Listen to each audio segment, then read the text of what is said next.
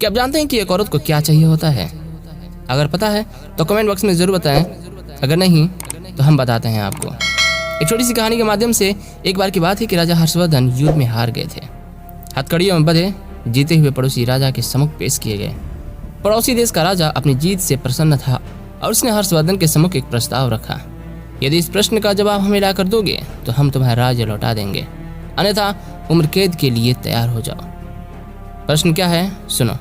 प्रश्न ये है कि किस स्त्री को सचमुच में क्या चाहिए होता है। इसके लिए तुम्हारे पास कुल 1 महीने हैं। विद्वानों और तमाम घरेलू स्त्रियों से लेकर नृत्यांगनाओं, वेश्याओं, दासियों, रानियों, साध्वियों सभी से मिले और जानना चाहा कि एक स्त्री को आखिर सचमुच में क्या चाहिए होता है।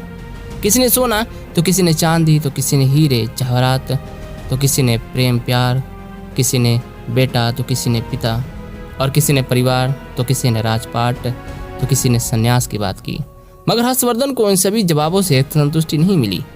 किसी ने सुझाव दिया कि दूर देश में एक जादूगरीन रहती है, उसके पास हर सवाल का जवाब होता है, शायद आपको इस प्रश्न का जवाब वहाँ मिल सके।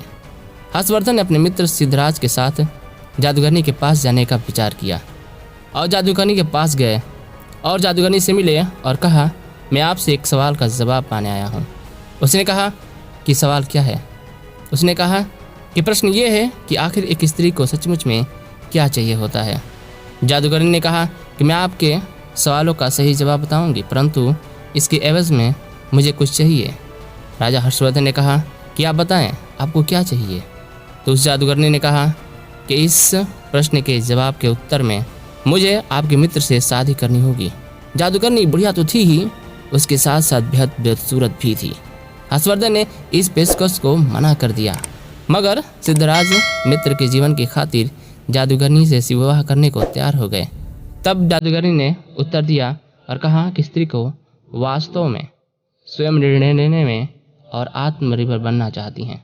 यह उत्तर हर्षवर्धन को कुछ जमा और इससे संतुष्टि हुई और इस जवाब को पाकर राजा के पास गए और इस प्रश्न का जवाब दिया। पड़ोसी राज्य के राजा ने इस प्रश्न के उत्तर को सुना और उन्हें भी संतुष्टि मिली और इसके बदले उसने हर्षवर्धन को उसका राज्य लौटा दिया। इधर जादूगरनी से सिद्धराज का विवाह तो हो ही चुका था। जादूगरनी ने मधुरात्रि को अपने पति से कहा, क्योंकि तुम्हारा हृदय पवित्र है और आपने अपने मित्र के लिए कुर्बानी दी है, अतः मैं 24 घंटे में 12 घंटे तो रूपसी रहूंगी और बाकी के 12 घंटे सही रूप में। बताओ तुम्हें क्या पसंद है? सिद्धराज ने कहा कि प्रिय, यह निर्णय भी तुम्हारा ही होना चाहिए। मैंने तुम्हें पत्नी के रूप में स्वीकार किया है और तुम्हारा हर रूप मुझे पसंद है। जादूगरनी यह सुनते ही रूपसी बन गई। उसने कहा कि दरअसल यही मेरा असली रूप है। बदसूरत बुढ़िया के रूप में तो अपने आसपास के दुनिया के लोगों से दूर रखने के लिए धरा हूँ।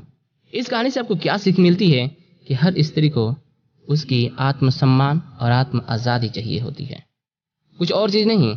अगर आप भी इस जवाब से संतुष्ट हैं या इसके बारे में आपका भी कोई विचार है तो कमेंट बॉक्स में ज़रूर बताएं। अगर पसंद आया तो प्लीज़ एक लाइक कर सब्सक्राइब ज़रूर करें ताकि आपको हमारी वीडियो टाइम टू टाइम मिलता रहे। तो चलिए मिलते हैं नेक्स्ट वीडियो में, तब तक के लिए खुश रहें, प्यार बांटिए। नमस्ते, आदाब।